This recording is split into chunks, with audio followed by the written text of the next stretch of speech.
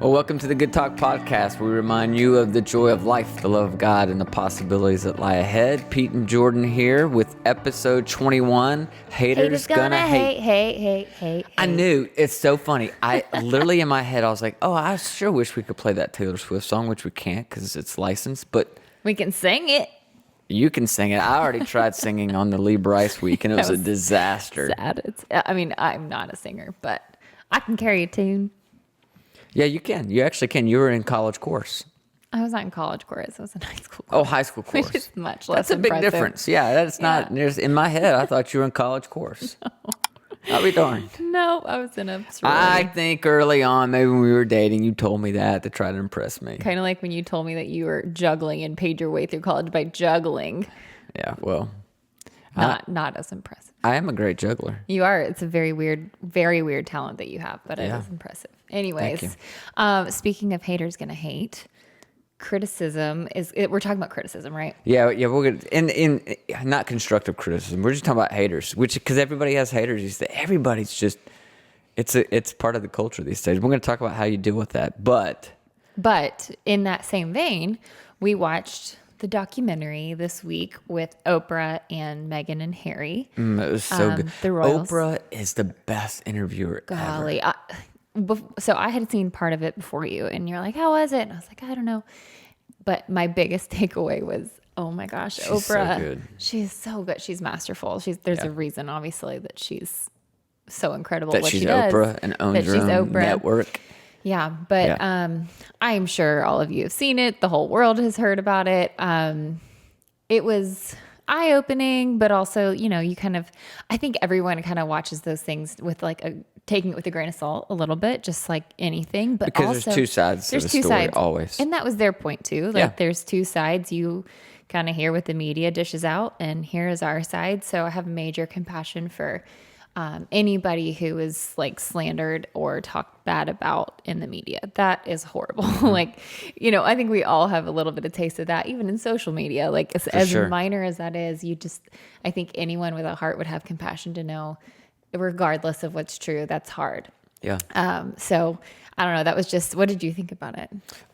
It was fascinating to me. I'm happy for him because I imagine how trapping that would be, the position that they were in. And as hard as it's been for them, I'm super excited to just kind of see where they're going to go, having more freedom. And I think, again, what got us on this episode was born out of last week's episode. Yes. Literally on the spur of the moment, we're talking about Britney Spears and how much paparazzi and negative press had impacted her life. And I was like, we need to talk about that. And then what was so interesting to me, I thought that part of why they were leaving was more to do with the paparazzi pressure, which it sounds like that was a part of it, but it was actually much deeper than that. It was much more emotional because it was the racism, the negative bias they had towards her. Well, not just alleged. I mean, when you read the titles and some of the things she was called, it was racism. Oh, yeah. You mean by the media? Yes. Oh, yeah. Okay. I thought you were talking about by the royal family. No. I mean, it really was. And that deeply, deeply impacted her. Yeah. What she says is the royal family didn't support her, didn't stick up for her in that. And again, that's her side of the story. But what is a fact is what she experienced, the negativity, the hate, how it impacted her. And the word I think she used was, it was unlivable. It's like unbearable, the weight, the pressure, the negativity. And again, most of us don't have to worry about, the UK press. Well, the UK press, along with having to withhold a reputation and a facade of the royal family. Right. It's one thing if you can be, just a celebrity out there and you can throw shade right back on the media. Right. Because you're like, that's wrong. Or you have your own social media to say, this is who I am. They don't have that. And so I think it was probably, yes, it was a lot of the overwhelming emotional feelings, but also just having to withhold this image that I think was just unlivable. Yeah. Yep. Anyway. So again, It was good. most If you of us haven't seen it. aren't going to have to deal with it on that level. But at the same time, we all deal with it in some level. You're going to have haters, in your work. You're going to have haters in all different areas of your life. So how do you deal with that? How do you deal with criticism without it crushing you? And that's what I want to talk about. And again, I want to just say this up front. We're not talking about constructive criticism. Yeah. We're not talking about accountability. I'm just waiting already for certain emails to come through saying, oh, you're just trying to avoid accountability. No. This isn't about constructive criticism. This is the hurtful stuff. Yes. And I've got a small group of people that I love, that I do life with. You have a small group of people that you love and you do life with. You invite them to provide accountability and to give us constructive feedback. Yeah. Those people are unbelievably valuable and necessary for all of us. Yep. What we're talking about are haters, and these are people who offer nothing of value, right? They don't give suggestions. They don't explain their opinion in a useful way, at least. They aren't interested in a conversation or an engagement or a discussion. I'll give you just a handful of comments that I've received recently in different environments. Things like this. You're a complete waste of space, Pete. Wow, I haven't heard that one. Yeah.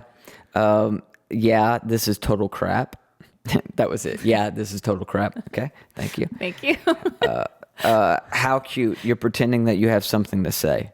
That one got me because that was real smart. I like. So condescending. Yeah, it was. This is probably the most hurtful one I've received recently. I feel sorry for your boys. You're a pathetic dad. Yeah. It took I don't know who it these took me a people couple are. minutes on that one. I used to respect you, but you're no longer worthy of my time. To which I want to say, well, you just took some time to write stop that out. following Like, me. if I wasn't worthy of the time, maybe don't. Anyway, I'm not here to be defensive of these things. My point is this. That's the kind of stuff we're talking about. It's not useful. It's not constructive. And criticism, honestly, is something I've dealt with for a while. And I'll say in the past 3 years, I've made more personal growth in this area than the 30 years before that, where in many ways it kind of ruined me. I remember when I wrote my first book, Plan B, and it got a lot of, anything that you do that gets attention is also going to draw criticism. Yeah. So I write this book. It's my first book. I'm not saying it was a great book, but It did well. it did well. It was a bestseller. So that means it got hundreds of positive reviews on Amazon, which then means you're going to get negative reviews. Yeah. I fixated on the negative reviews. That's all I read. I read them over and over and over, and it had like complete control over me. And I'm going to talk about how I started to kind of break out of some of those patterns, which I think will be helpful for all of us. But I say it to say this. I've dealt with this for a while. For you, Jordan, this is all kind of new. Like the idea of having some haters, the idea of getting that kind of attention. And I know with the podcast, this has stirred up a little bit for you. And you had a really bad day, like a week, maybe it was 2 weeks ago now, where I was like, what does the matter with you? I mean, you were literally in tears, and you had stumbled on some iTunes reviews of this podcast. And tell me about what that did to you. Yeah. So most of my life, I didn't have the criticism, right? I was surrounded by such a loving family and loving friends. Yeah, you were.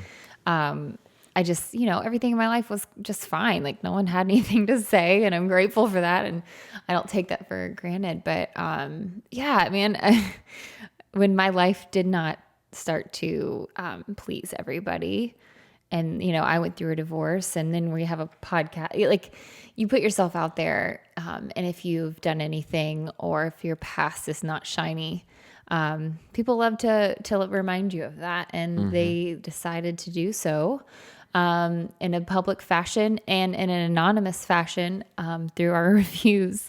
And, yeah, it hurt for a lot of reasons. I, like you, have done a lot of work overcoming that and detaching from basing my identity on people whom I don't know and don't know me, and don't know my story or our story. I've done a lot of work to detach myself from actually believing something that isn't true of myself. And but for whatever reason, last week reading those, and I told you, because you were so sweet, he was just so patient and just said, why do you think that hurt you? Because I think you were also a little surprised, because we've encountered hate before, and it didn't necessarily hit me in that way. I am also pregnant, so my emotions might be a little high.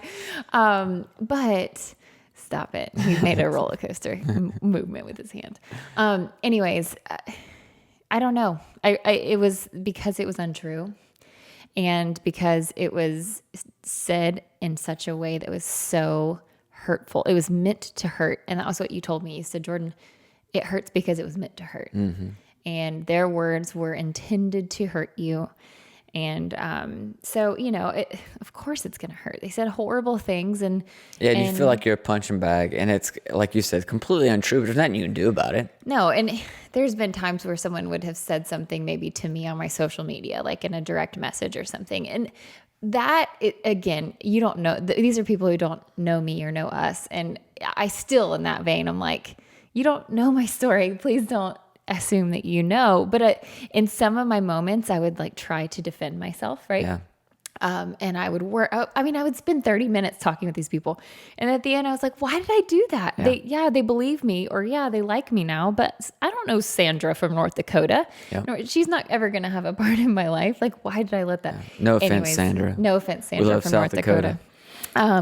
But yeah, so I don't know. I think it was just the hurtful nature, the anonymous nature, people thinking that they wanted to spend their time to bring somebody down with nothing that was constructive. So we're not against helpful reviews. There was one that said she did not feel like we were empathetic when we were talking about love languages. Yeah. Yep.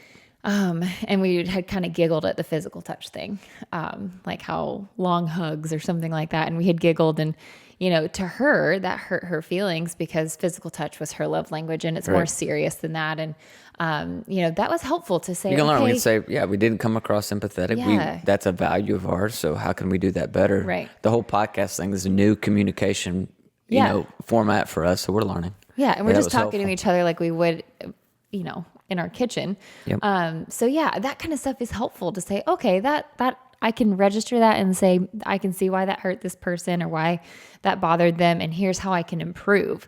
When you're just telling me I'm the scum of the earth, like, what's your goal? Anyways, but it's true what you said. Like, anytime you put yourself out there, you're gonna get hate. And that's just something I've kind of come to realize. And I saw this Brene Brown quote this morning on Instagram. Said there is no greater threat to the critics, cynics, and fearmongers than a woman or a man who is willing to fall because she or he has learned how to rise. Oh, that's good. And to me, it's just remembering that. It's remembering you're putting yourself out there, and you're going to fall and you're going to rise. Yeah, that's good. Anyway. So, at the end of the day, this isn't about us. This is about you and how we can help you face some of these things maybe in a way that will be helpful and productive and not tear you down and keep you from reaching your potential. And so if you teach, if you write, if you've started a business, if you work with people at all, you're going to encounter some haters. And so what do you do with that? And so I'm going to give you just a couple things. First one is this. Remind yourself that you're not weak. I think that's really important. When I would get a nasty email, or maybe I would be confronted by someone in a lobby after I've done some speaking, after I'd read a nasty review, like it would hurt, right? And you just mentioned this a second ago, but it hurt because it was meant to hurt. That was the intention. Mm-hmm. When someone like hates on you and it hurts you, it doesn't mean that you're weak. It means that you're human. And some of you will be tempted to think, well, I'm just not cut out for this, right? I'm not cut out to be a leader. I'm not cut out to be a writer. I'm not cut out to be a performer. Yeah. I'm not cut. Yes, you are. You are cut out for it, but you're also human. Mm-hmm. And so words, we've talked about this before in another podcast, words are designed by God in such a way that they impact us. Whether it's a verbal word or a written word, they impact us. They carry a weight. And so I just start off by saying, give yourself some grace. Of course it hurt. Of course you curled up in a ball and cried for a couple hours. Of course you did. That's okay, right? It hurts. It does not mean that you're weak. Second thing I'd say, and this is really important, don't make their problem your problem. You can't control people's perceptions of you, but you can control the power that you give it. Another way of saying that is you cannot control the way they act, but you can control the way you react. And so that accusation that they've made about you, that statement that someone's made about you, that you're not good enough or you're not talented enough or that your past disqualifies you, whatever it is that's floating out there, it's just a story. It's just a story, right? And it's only as powerful as you allow it to be. What they say about you, what they write about you, is not really about you. It's about them. Mm-hmm. Now, what is about you is the way that you react when you read or hear what it is that they said about you. Yeah. Right? Does that make sense? Like Yeah. what they said or what they wrote is not about you, but your reaction to it, that's all about you, right? At the end of the day, it's just none of your business how people perceive you. Yeah. Right? People can say all day long that you're done, that you're washed up, that you're not gifted, that your past defines who you are. But that's just a story. Mm-hmm. And you can mute their story. It's so easy to get caught up and obsess over, right? Oh, why these people don't like you, why these people are hating on you, what can you do to keep them from hating on you? It took me years of kind of just inner exploration to discover one important fact. This is so important. If you zero in on the negativity of other people when they're in the throes of their negative spin, you will be anchoring yourself to their personal baggage, and you'll be participating in their inner struggle. Anchoring yourself to their baggage. Yes, right? In essence, you're making their problem your problem. Yep. And it's so true. Like, I remember even when you're a little kid or you're, whatever, and you're going through life and they're like, well, it's not about you. It's more about what, that's just on them. Let them be bad people, whatever.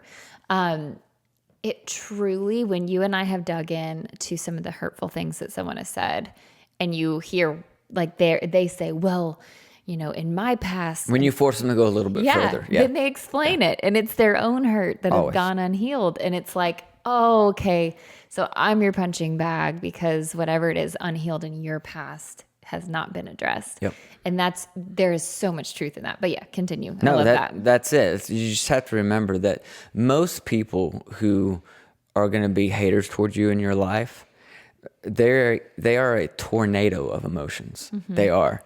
And the more you fixate on what they've said, the more you get drawn into their tornado, right? Mm-hmm. You're making their problem your problem. You're attaching yourself, you're anchoring yourself to their inner struggle. Mm-hmm. And I don't know about you, but I got enough of my own personal baggage that I don't need to attach to their personal baggage, right?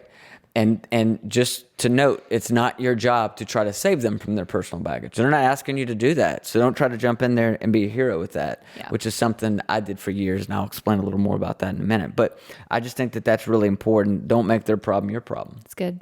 Third thing, allow the haters to become your teacher. Now, have you ever heard the expression, we get to pick our own teachers? Mm-hmm. Yeah, it's true. We pick our teachers in life. We pick who it is that we want to learn from in life. And allow them to become your teacher, learn from them, and once you've learned from them, move on from them. Right. So let me explain. Early in life, somebody gave me a terrible piece of advice. I think I was 21 years old. I was just starting to speak some and was already starting to get some criticism, right? And I remember somebody telling me, Pete, you need to listen to and read through every bit of criticism you receive, because even if it's crazy, there's some element of truth in there. And that stuck with me. Because I try to have a teachable spirit. Mm-hmm. So what I thought was anytime I received hate, I needed to sit there with that hate for a while to try to decipher what truth might be in the midst of that for me. Yeah. And that's a bunch of crap. That's simply not true. So when I say you need to learn from them, I'm not suggesting that you analyze what it is that they're saying.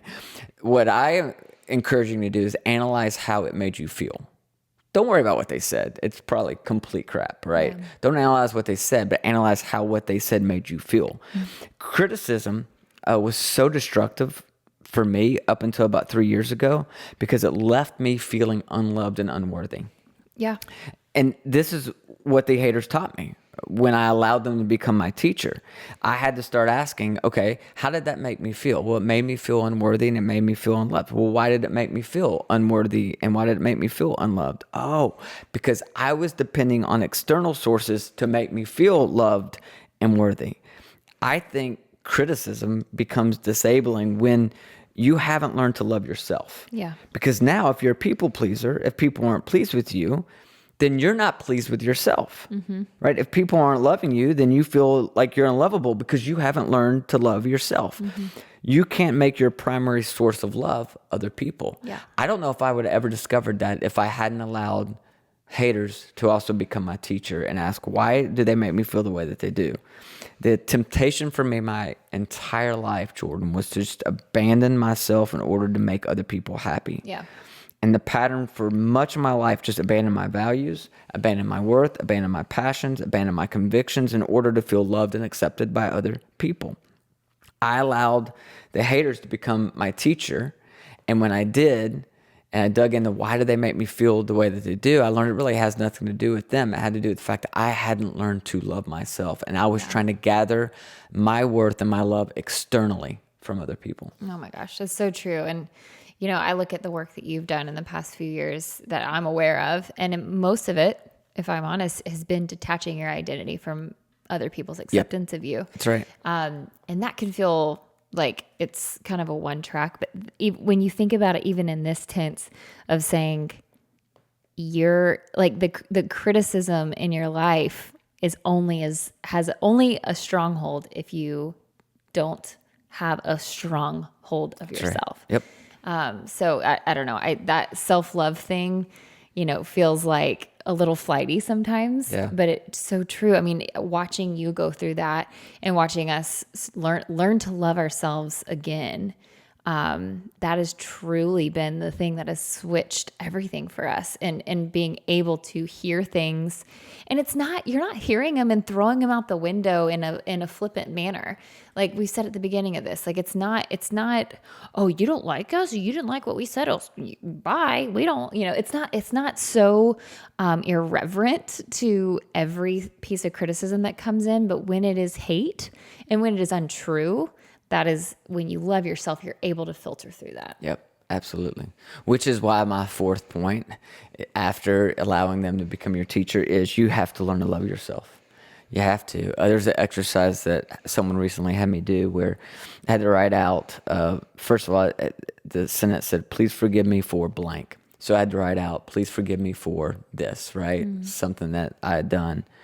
And then they said, all right, now the next part is the acceptance part of this. And you need to write out, I accept myself for blank, for what I did wrong. The forgiveness part was very easy for me, writing out, please forgive me for this. The next thing of writing out, I forgive myself or I accept myself, even though I did this, that was much more difficult. And what I realized, I've spent a lot of time in my life working really hard to forgive other people, but I haven't worked hard at learning how to forgive myself. And I think that's so important. The single most important conversation that you have every day is the conversation that you have with yourself. So true. And most of us don't realize it, but all day long, we're having a conversation with ourselves. There's just conversations going on in your mind. And the biggest critic that you really need to deal with is actually yourself. Yep. It's not the other people. Yep. The most difficult hater you're going to deal with is your own self. And so I've talked on a podcast once about it's this acronym I call VITAL. It's 5 things that I feel like I need every day in order to thrive. And the V stands for validation. And this is hard for me. This still doesn't feel like, the 5 things are validation, inspiration, thankfulness, activity, and love. The validation one is the hardest one for me to affirm myself. And so I have to start off my day with that. And there's this phrase that I say all the time, Jordan, what is it? I say, it's good to be. It's good to be Pete and Jordan. It's good to be Pete and Jordan. We have to remind it's good to be us. Like, I am qualified. I am gifted. I am loved. I am forgiven. I have to start that conversation real early on in the morning in my head to make sure it continues on the rest of the day. I do. Yeah. And I think it's how we're wired. And a lot of people are wired. You're people pleasers, or you don't want to come across and you know what? Like, you saying that in the mornings, or if I'm having trouble with something, or even if I do, like a second ago, I was like, oh, I killed that phone call with a client. And you're like, it's good to be Jordan. It's true. And it's just like, when you get that in your head, it sounds so little and funny and kind of like elementary, but it really is. Yep. Like, it's really a cool practice. I love that validation piece. Yeah. And that's kind of my new daily practice is I'm usually in here working pretty early, and you kind of walk into the room in the morning. I get up, come give you a hug, and I just say, it's good to be Pete and Jordan. Yeah. Like, It is, you have to remind yourself of that. And let me tell you, I'll tell you why I think this is so important. Because for the whole idea of validation or affirmation of myself, somewhere along the way, and this is complete bull, but I convinced myself inside of Christianity that it was all about abandoning yourself. Yeah. So what I had either was taught or picked up along the way inside of spirituality was that validating or affirming yourself is going to lead to arrogance. And you don't want to be arrogant, right? You want to be humble. You want to be assertive. I agree with the importance of humility. But this is at a whole different level, right? And here's what's crazy, because I think this is so important. More than just helping you not get sidetracked by criticism, I tell you, the single most important benefit of learning to love yourself is people who love themselves don't hurt other people. Yeah, They so don't. true. The more you hate yourself, the more you want other people to suffer. Yeah. Which is exactly why you have to learn to let go of the haters. You have to understand they're wanting you to suffer because they themselves are suffering. Yeah. It's much, much deeper than anything that you've done or anything that you've said or anything they don't like. It's much deeper than that. And so, you got to learn to love the hater, because if you hate on the hater, you actually become them. Yeah. So I think this whole learning to love yourself is really important. And I've got 4 other things, Jordan. I just realized we're almost out of time. Okay. So can we continue this conversation? Yeah, no, I love it. Good. I'm glad you do. I hope everybody else does too, because I think this is really, really important that we learn how to deal with this stuff in a constructive way, and in a way that it does help us grow and it doesn't just beat us down. Yeah. Because as much as we'd all like to snap our fingers and make negativity go away and criticism go away and hate go away, it's not. It's not going anywhere, right? It's right here, right now in our lives, and it impacts all of us. I hear this from young mothers all the time. You're already starting to experience this now, being pregnant. Everybody wants to offer advice. Everybody's critical about the way you raise your kids. You go on and on and on, right? So I just think that it's really important that we learn to deal with this stuff in a constructive way. Yeah, no, it's good. I love it. So you have 4 more? Yeah. All right, so I 8 gave 4. total. I've got 4 more. A total of 8 things that we can do. Okay. I love that. I love it. So in the same heartbeat of everything we've been talking about, if you are enjoying this podcast, we would love for you to rate and review it. Understand if you have criticism as well, if it's helpful. So yeah, rate, review, share it with your friends, and that will help us a lot. Yeah. We love you guys. Hope this is helpful. And till we talk next week, may the Lord bless you and keep you. May He smile on you and be gracious to you. May He show you His favor and always give you His peace.